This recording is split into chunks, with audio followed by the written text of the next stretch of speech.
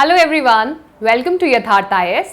तो इस lecture series को कंटिन्यू करते हुए हम लोग आ गए हैं लेक्चर नंबर 6 पे, जहां आज हम डिस्कस करेंगे रूरल एंड अर्बन एडमिनिस्ट्रेशन। तो इससे पहले हम स्टेट गवर्नमेंट समझ कर आए थे, किस तरह से काम करती है, कैसे बनती है, कैसे CM बनते हैं। And today we will talk about how does the third or the local self-government or the third tier of the government works.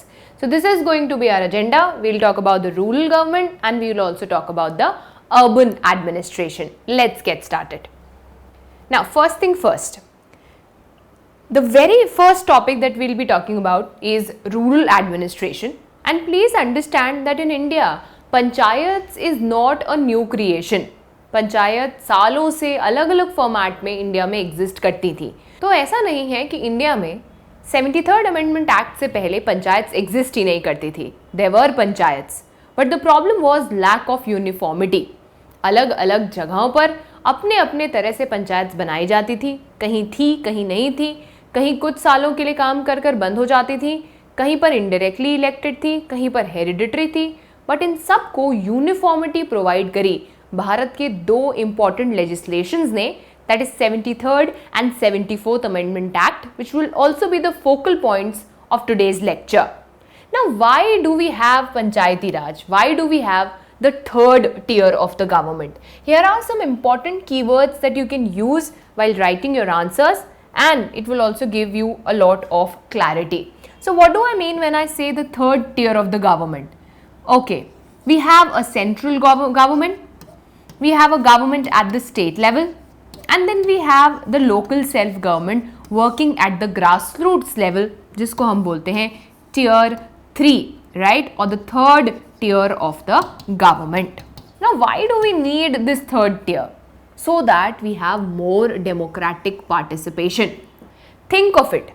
When you have people reaching the grassroots, the participation is definitely more democratic. You will be able to better articulate local needs. The people working at the local level will be able to understand what is the needs of the people living in that area, because they would be more closer to the people of that area. They would know what exactly do the people of those areas want.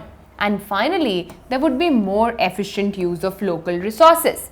Also, greater accountability and transparency. Since these working bodies will be closest to the people, they'll be able to ask them questions that will ensure transparency, further leading to accountability. These are some important keywords that you can use.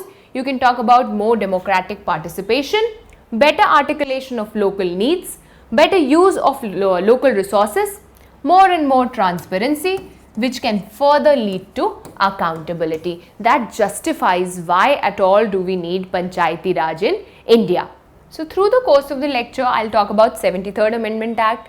I'll also be talking about PESA and what are the land and women rights. NCERT talks about this, and also a brief about the Hindu Secession Act. Okay. Now, this is an important slide. These are all the committees that were formed in respect to talking about the Panchayati Raj. So they were formed to examine, do we need Panchayati Raj in India? Should there be a third tier of the government? And these are often repeated in your examination. So just make sure that you know them along with their years. So you must know about the Balwant Rai Mehta committee that came up in 1957. Thereafter, after 2 decades, you have Ashok Mehta committee. So one is Balwant Rai Mehta committee, one is Ashok Mehta committee. Then you have GVK Rao Mehta committee that comes in 1985. The very next year, you have the LM Singhvi committee. This is very important because after this, in the year 1993 and 1992, you see the coming of 73rd and 74th Amendment Act. So please take a note of this. Please make sure that you know this. Right. So it starts with Balwant Rai Mehta committee in the year 1957. Then we had Ashok Mehta committee after almost 2 decades in the year 1977. Then again we had GVK Rao committee 1985. And a very important committee, LM Singhvi committee 1986, because it is after this that you have the 73rd and the 74th Amendment in India in the year 1992 and the year 1993. So, LM Singhvi committee would be very, very important here. Thereafter, of course, there have been Thangan Committee and the Gadgil Committee. So all these committees are very important for your prelims perspective. Please memorize them along with their years. This can be very, very important for your exam purposes. Now, after that factual information, of course, let us talk some concepts. Now, where did it all start? When did India started having a uniform structure for Panchayati Raj or the local self-government at the local level in terms of rural administration? So first thing first, this happened with the 73rd Constitutional Amendment Act in the year 1992. एक 73rd Amendment Act लाया गया जिससे rural administration की पूरी कहानी sort हो गई. You know, part 9 was added to the constitution, can be a question, prelims question, जो किससे डील कर रहा था, रूरल एरिया से. So 73rd Amendment Act 1992, part 9, and these are the articles that are important here. 243 to 243O. They deal with rural Panchayati Raj or rural local self government. Also, as I said, one part was added, part 9th, but there was also a new schedule that was added, schedule 11th. So part 9, please remember, and schedule 11 were added to the constitution, and this 11th schedule had 29 functional items. So basically these were the subjects on which local self-government in the rural areas can possibly work. So just some factual stuff that you need to know. 73rd Amendment Act 1992. Please understand that that was a constitutional amendment that inserted part 9 in the constitution. Article 243 to 243O, there was this 11th schedule that was added, and this schedule had 29 functional items to it. Okay. Now, how does this all work? What is the way through which the local self-government function? Let us try and understand it. Now, I hope you remember from the last lecture, we discussed how each state in India is divided into various constituencies, and every constituency selects a member of legislative assembly. Now, on the same levels, please understand that all the states in India are divided into various villages and towns, and these villages, let's say there is a village by the name Red. So this village will be divided into different constituencies, different areas, and from each area you will have one ward member being elected. Understand this. So there would be wards, right? This is an entire village divided into various wards. Every ward will select one person, and this person will be called the Panch. Very, very important. Please understand this. Every village panchayat is divided into wards. I told you the village is divided into wards. Please get this straight.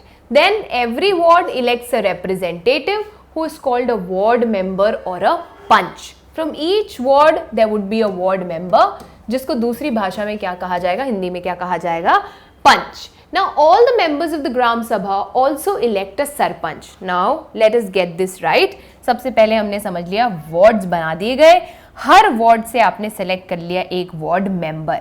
अब यहाँ पर आ जाती है बात, we also need to know what is a Gram Sabha. Now this is a very interesting feature of the village panchayat, whereby all the people living in a village who are 18 plus, so that means they have right to vote, automatically become the part of Gram Sabha. Anybody and everybody who is 18 years of age and above would be a part of Gram Sabha. So Gram Sabha would comprise of all the adult population of a village. Now there are certain Panch that have come from each ward. So till now we have Panch and we also have Gram Sabha. Now this Gram Sabha will choose a Sarpanch or the chairperson, and together this will form the Gram Panchayat.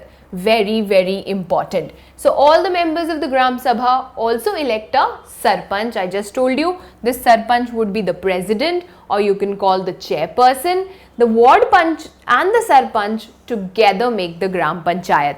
So as of now, what all have we understood? We have a Gram Sabha comprising of all the adult population of the village. We also have a Gram Panchayat here, Gram Panchayat will include whom? All the Panch and also the Sarpanch. Where have these Panch come from? They have come from the wards of the village. Every ward will be sending one Panch.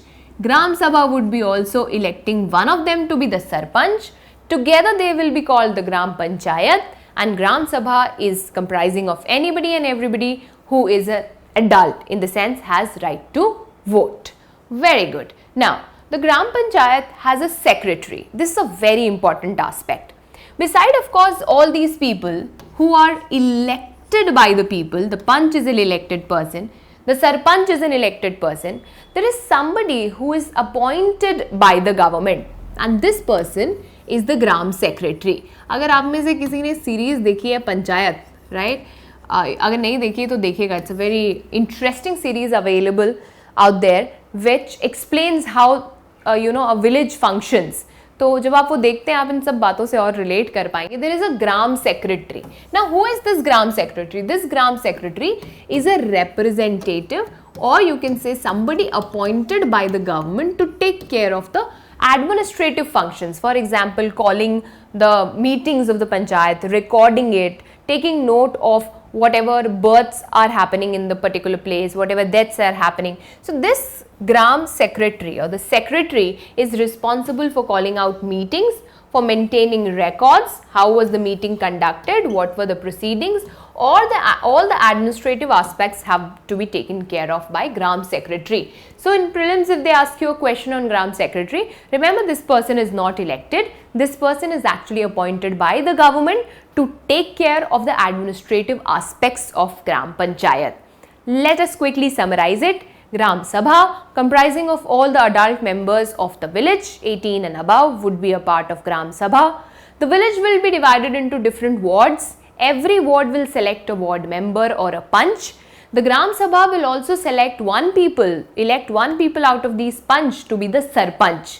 The Sarpanch together with the Panch will form the Gram Panchayat. So we have a Gram Sabha and we also have a Gram Panchayat. Moreover, we also have a Gram Secretary who is actually appointed by the government to take care of the executive needs or the administrative needs of the Gram Panchayat. Okay, a very quick recap from the NCERT of what is a Gram Sabha. As I said, it is a meeting of all the adult members. Please take note of it, who live in the area. This could be one village. Now, it might sometimes happen that the villages are small. So, 2-3 villages might together have one Panchayat, right? One, Gram Sabha, all of the people combined of 2-3 villages. So it might be one, it might be more. The only qualification is you should be 18 years or more. And if you have right to vote, of course, you automatically become a member of Gram Sabha. This is a very unique example of direct democracy. If you look at it, this is in some way an example of direct democracy. People participating in the democracy directly. You don't see any of this system anywhere else in India, the idea of a Gram Sabha. Okay, wonderful. Now, what do the Gram Panchayat do? Gram Panchayat के काम क्या है? What are the areas in which the Gram Panchayat function? So, the works of the Gram Panchayat can be categorized into two categories. One would be the mandatory functions and one would be the optional functions. By mandatory, I mean those functions which have to be performed by the Gram Panchayat and they don't have a choice here. So, functions like sanitation, taking care of the drainage, how are the public washrooms, vaccination of the place, how are the roads, water, drinking water supply, lighting, primary and adult education, all these would be mandatory functions. You don't have a choice as to whether you would like to do or not, you have to do this. Similarly, optional functions would be the ones where they have their discretion as to whether they want to or don't want to work in this area. So, for example, tree planting, agricultural promotion, child and maternity welfare. It would be good if they work in these areas, the Gram Panchayat, but if they don't, that does not fall under the mandatory category. So, together, mandatory and optional functions are of course designed for the welfare of the village, for the better standard of life of the village, right? Now, a very quick idea about how does this three-tier government look like? So I told you at the village level you have these gram panchayats. When some gram panchayats come together, they form a panchayat samiti. When panchayat samitis come together at the district level, they form zilla parishad. Please remember this hierarchy. You have the gram panchayat. Various gram panchayat when clubbed together forms panchayat samitis. Panchayat samitis come together to form zilla parishad. I hope that is clear to you people. Take a note of this. Gram panchayat coming together to form panchayat samitis. Panchayat samitis coming together to form zilla parishad. Now, so when 73rd amendment was introduced in India, there was a special question that came up. What about the scheduled areas of the country? Now obviously the needs of the scheduled areas are not as that of a normal area, right? The problems are also very unique and special in nature. So there was this special act that came up for rural administration in scheduled areas. So please know that the 73rd Amendment Act was not applicable as it is to the scheduled areas of the country. Bharat के जो भी scheduled areas हैं उसमें 73rd Act automatically apply नहीं हो गया. In fact उन areas के लिए एक दूसरा act आया in the year 1996 जिसका नाम है पेसा. आपको ये पता होना चाहिए, panchayat extension to scheduled areas act in the year 1996. Specifically इसको बनाया गया scheduled areas के लिए. क्यों? क्योंकि देखिए the scheduled areas have certain specific traditions जिनको बचाकर रखने की ज़रूरत है. तो इस केस में इनकी ग्राम सभा को ज़्यादा पावर्स दिए गए, ग्राम सभा के पावर्स को बढ़ा दिया गया पेसा के अंदर. जो माइंस एंड मिनरल्स का एस्पेक्ट था उसमें परमिशन लेने की ज़रूरत थी आपको ग्राम सभा से, because that was impacting the life of the people in the scheduled areas. Minor forest produce कैसे कलेक्ट करेंगे ग्राम सभा से, वो भी परमिशन आपको किससे लेनी थी, ग्राम सभा से. So please understand in a nutshell what is PESA. PESA is panchayat extension to scheduled areas. 73rd amendment act को scheduled areas में एप्लीकेबल नहीं रखा गया था, उसकी एप्लीकेबिलिटी के लिए बनाया गया पैसा, जिसके तहत ग्राम पंचायत से ज़्यादा ग्राम सभा को एम्पावर किया गया, बिकॉज ग्राम सभा was actually people directly participating in the functioning of the Panchayati Raj. Just remember, you just need to know what is Panchayat Extension to Scheduled Areas Act of 1996.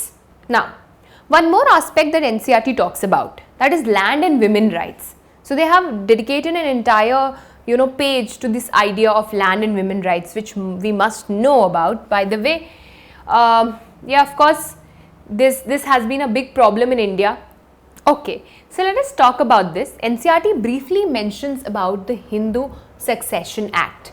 Now, what is this? For the longest time in India, according to the Hindu Succession Act, women did not have, the daughters of the family did not have the right to the ancestral property of their father. Now, here is something to note which changed with 1957's Act in the year 2005. तो ये जो 2005 में एक बहुत बड़ा बदलाव आया, और वो बदलाव ये था that women will be recognized as co-partners. Co-partners मतलब people who have equal share, right? Equal share. Now, what is that changed with 2005's amendment? So, Section 6 was amended and it said that a daughter of the family will be a co-partner. As I said, co-partner here means equal shareholder.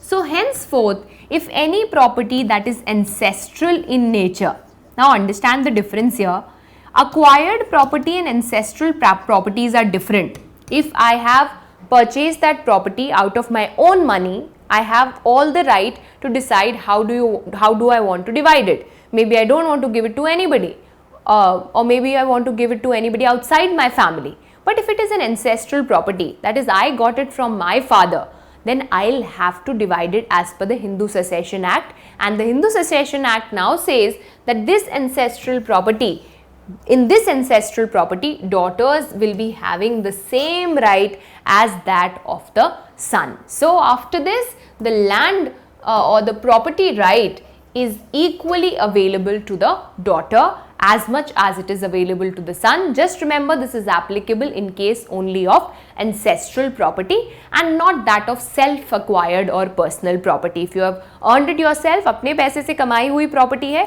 उसका आप division कैसे भी कर सकते हैं. You might want to give entirely to the daughter or to the son or to nobody. But if it's an ancestral property, both have equal rights over it. This changed with the Hindu Secession Act's changes that were brought in the year 2005. So I have listed down some schemes for you, right, which you can use when we talk about rural development.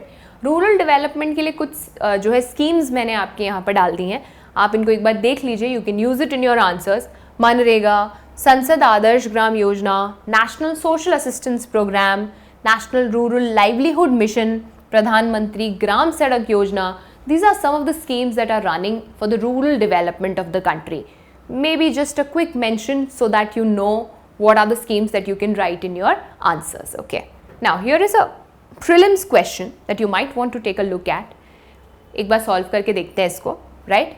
It says, which of the following statements is correct about Gram Panchayat? First, it says, Gram Panchayat is the main body of rural local self-government acting as an executive committee of the Gram Sabha. A very interesting statement. Look at it. I told you, you have a Gram Sabha which includes all the members of the village who are 18 and above, right? And then you also have a Gram Panchayat, right, with the Panch and the Sarpanch. Now all of them sit together, right? Every decision taken by the Gram Panchayat is scrutinized by the Gram Sabha by asking questions. Let's say a fund of 20,000 was allocated. So they might ask, did you use the fund of 20,000 for providing sanitary napkins to the women or not? They would question and they would be liable to answer. Now look at it. Isn't it very similar to how we have a legislature and an executive, whereby executive is responsible to the legislature? So this is what the statement is saying. It says that in rural local self-government, if you look at the function of Gram Panchayat, it is actually acting as an executive, very similar to how we have the parliament and the executive. Absolutely correct. This is a correct statement. Then members of the Gram Panchayat are elected, very important, directly by the Gram Sabha members. Absolutely. Who are the members of the Gram Sabha? The people living in the village. These are the people who elected the ward members, remember? जिनको हमने कहा था पंच.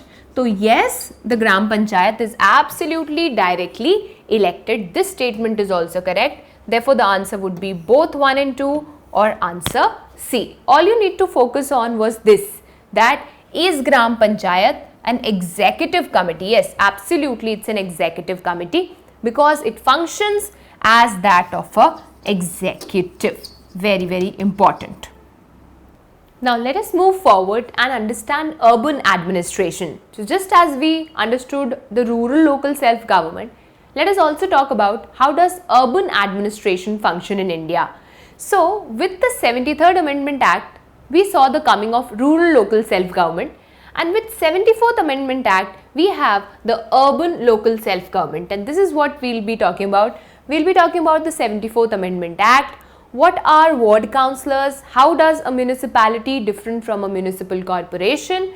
What are their roles and responsibilities? And finally, a very important case study in this regard. So first thing first, let's understand this, the 3-tier structure in the urban areas. So if you remember, in terms of rural local self-government, we had talked about how we have a Gram Panchayat, then a Panchayat Samiti, and then we have Zilla Parishad. Here we have Nagar Panchayat, then municipality, and then you have municipal corporation. So these are the changes that came with 74th Amendment Act of 1992. Look at this. The first change that came was the coming of Part 9A. Now if you remember, I told you 73rd Amendment Act से आया था Part 9 और यहाँ मैंने आपसे कहा 74th Amendment से आता है 9A. Please remember this. This is going to be very important.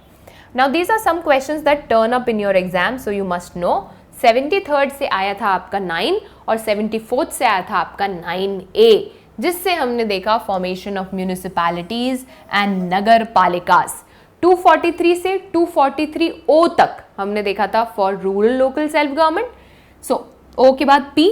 So 243P से लेकर 243ZG तक you have the urban local self government or urban administration. Now if you remember, comparative study कर लेते हैं. Rural local self government से आया था schedule number 11, इससे आया है schedule number 12 schedule to the constitution. वहां हमने बात करी थी 29 सब्जेक्ट्स की, यहां हमने बात करी है 18 फंक्शनल जो है सब्जेक्ट्स की. नाउ प्लीज रिमेंबर, कभी कभी अर्बन एडमिनिस्ट्रेशन को म्यूनिसिपल गवर्नेंस भी कहा जाता है. That is nothing but the other name for urban administration. Now municipal corporation is for big cities, पहले ये समझ लीजिए, and municipalities is for small cities and towns. तो सिर्फ ये टर्मिनोलॉजी का अंतर है. अगर म्यूनिसिपैलिटी वर्ड आए तो remember we are talking about small cities and towns, and if we are talking about municipal corporations, remember that we are talking about big cities. So it is just the idea of small and big city that these nomenclatures change. Big cities would be corporation, small cities would be municipalities. And definitely we see reservation for SC, ST and women, SC, ST, OBC reservation, and 33% seats are reserved for women. This is applicable in terms of rural administration also. 33% seats किसके लिए reserve रहती हैं? Women के लिए. And finally what is the duration? The duration is 5 years. So just some factual stuff that you should know when we are talking about urban administration in India. Awesome. Now what are ward councillors? Now if you remember, when we were talking about village, I told you that the village is divided into various wards, right? In the same manner here, the town or the city you are talking about would be divided into various wards, and in the same manner every ward will be electing a ward councillor, right? Just as you had the punch or the ward member, if you remember, in case of village, now we have ward councillor. Same pattern, the city is divided into different wards. Every ward is going to choose a ward councillor, जिसको हम हिंदी में कहते हैं पार्षद. Ward councillors are elected in the city, which is split into various wards. Have no confusion. You took up the city, you divided it into various wards. Every ward had a ward councillor. I hope that's clear to everyone. The difficult decisions that impact the whole city are made by committees of councillors. Now, these councillors will come together and they will form a committee. Right? All these councillors will come together and they'll form a committee. Now this committee of councillors will decide and discuss problems which are impacting the entire city. So if there are problems like, let's say, bus stop needs to be upgraded, or let's say the crowded markets have to be cleared. So these are the problems which are not very specific to one ward. These are the problems that have to be managed for the entire city. So that would be taken care of by the committee of the councillors. That will involve all the councillors of the city. But let's say if it is about the problem of one particular ward, then that can be taken care of the ward councillor. तो जो पार्षद है वो अपने अपने wards का ध्यान रखेंगे. If it's the light of that place, if it's the drain of that place, then you just need to go to the ward councillor. But if it is about the entire city, that would be taken care of by the committee of councillors. Please take note of it. Okay, so what are the functions performed by the municipality or the municipal corporation? Now you know the difference. Big cities will have municipal corporations, smaller ones will have municipalities. So they are responsible for street lighting, picking up of garbage, supply of water, cleanliness of the street and market. You have to take care that there is no disease throughout the city. That is why, if you remember, when we had the COVID-19 pandemic, special drives were taken by the municipality of that particular area. It also manages schools, hospitals and dispensaries, and also you have to maintain the garden of your particular city. Now this is important. A state legislature may by law authorize the municipality to collect taxes. Now this is very important. One source of revenue can be the taxes that are given to you to be authorized by the state legislature. So if the state legislature, which by the way we have discussed in the last lecture, comes up with a law and with that law gives the municipality the power to collect taxes, then municipality can do it. You have to take care of the weaker sections. You have to take care of people who are differently abled, somebody who is mentally retarded. You have to take care of the slums growing up in your area. Urban poverty elevation, big problem. We have discussed in lectures before by how urban poverty is a problem for India. Then you have to take care of data also, some statistics like how many births and deaths. So you must have seen how you go to your municipality and give record of anyone who has come to your family as a new child, somebody has taken birth, somebody is no more. All that has to be recorded with the municipality because that forms a part of vital statistics. Public amenities, as I said, like parking, lighting, bus stop, public facilities in like cases of garden, all this has to be taken care of municipality. One thing is for sure, they actually perform the functions that impact us. So in everyday life, of course, big decisions like how would the budget be, whether we are having a treaty with USA or not, whether we are interacting with China anymore or not, does impact us. But at the very local level, the real issues that people face every day as to pani nahi aa raha, light kharab hai, or maybe they want to take their kids to the garden, all these are the pointers or the subjects that impact an individual on everyday life basis, and that are taken care of by the local self-government, which speaks for itself how important the local self-government in our country is. Now here are some important articles that you should know. Right? You have reservation of seats. I have given a comparative thing. Rural government mein it comes to 243D. Sometimes they ask you these difficult questions. Urban mein 243T. Duration की बात करें तो rural में it is 243E and urban में it is 243U. Similarly, powers are given in 243G for rural government and 243W for urban government. State Finance Commission comes through 243I in case of rural government and 243Y in case of urban government. When you talk about State Election Commission, it is 243K for rural government and 243ZA for urban government. I know it's a little difficult in the sense you need to memorize it, but I would suggest do it in case an article comes up about, let's say, rural government State Election Commission is taken care of by which article. So you must know that it is 243K. State Election Commission में rural component आपको कहाँ मिलता है 243K में. So just take a look, try and memorize it, it would be helpful. Now a case study that can help you in your answers. Specifically if there is a question on how important municipalities are and can be for a city. Surat is a very good example of it. So what happened in Surat was, there was a continuous negligence of duty on the part of municipality. They had to take care of the garbage collection, but repeatedly garbage collection was being delayed, disorganized, not taken care of, etc., etc. And in this process, there was this deadly plague that started impacting the city in the year 1994. It was a very, very dirty place to live in.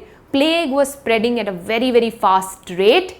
It in fact even led to deaths and many people started outwardly migrating from Surat. तो सूरत के हाल बहुत ख़राब थे और कहीं ना कहीं इस ख़राब हाल के लिए म्यूनिसिपैलिटी भी जिम्मेदार थी. बहुत सारा डर्टी कचरा बहुत जगह फैला हुआ था and that led to the plague-like situation in Surat. Not plague-like situation, plague in Surat, which led to deaths of so many people and so many people migrating outside of Surat. But that's only the bad part of it. As I said, it's spread at a rapid rate, right? And there were so many people who lost their lives. Now, this was the problem part of it. But here comes the interesting part. There came somebody by the name Mr. S.K. Rao. And this person, a determined IAS officer, actually changed the face of Surat forever. And today, Surat is actually the cleanest city in India. Every chart that you take up for cleanliness is, actually topped by Surat. Because of the contributions of this man S.K. Rao, who started taking various proactive measures after the plague to clean up the city of Surat and ensure that it never gets down again to the verge of the plague. Rather, so many cleanliness drives were conducted. He did so much to establish proper systems for cleaning Surat.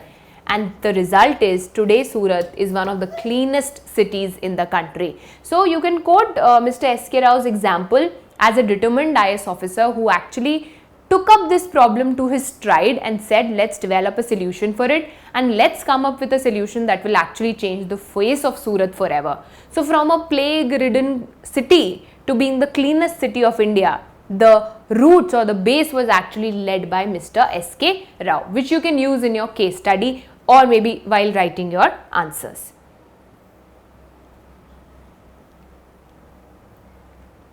Now, again I have listed down some schemes for you regarding urban development that you might want to use in your answers. Swachh Bharat Mission, Pradhan Mantri Awas Yojana, Atal Mission for Rejuvenation and Urban Development, National Urban Livelihood Mission, and also Hriday. So these are certain schemes running for the urban development or the urban sector. You might want to take a look at it and maybe also use it in your answers.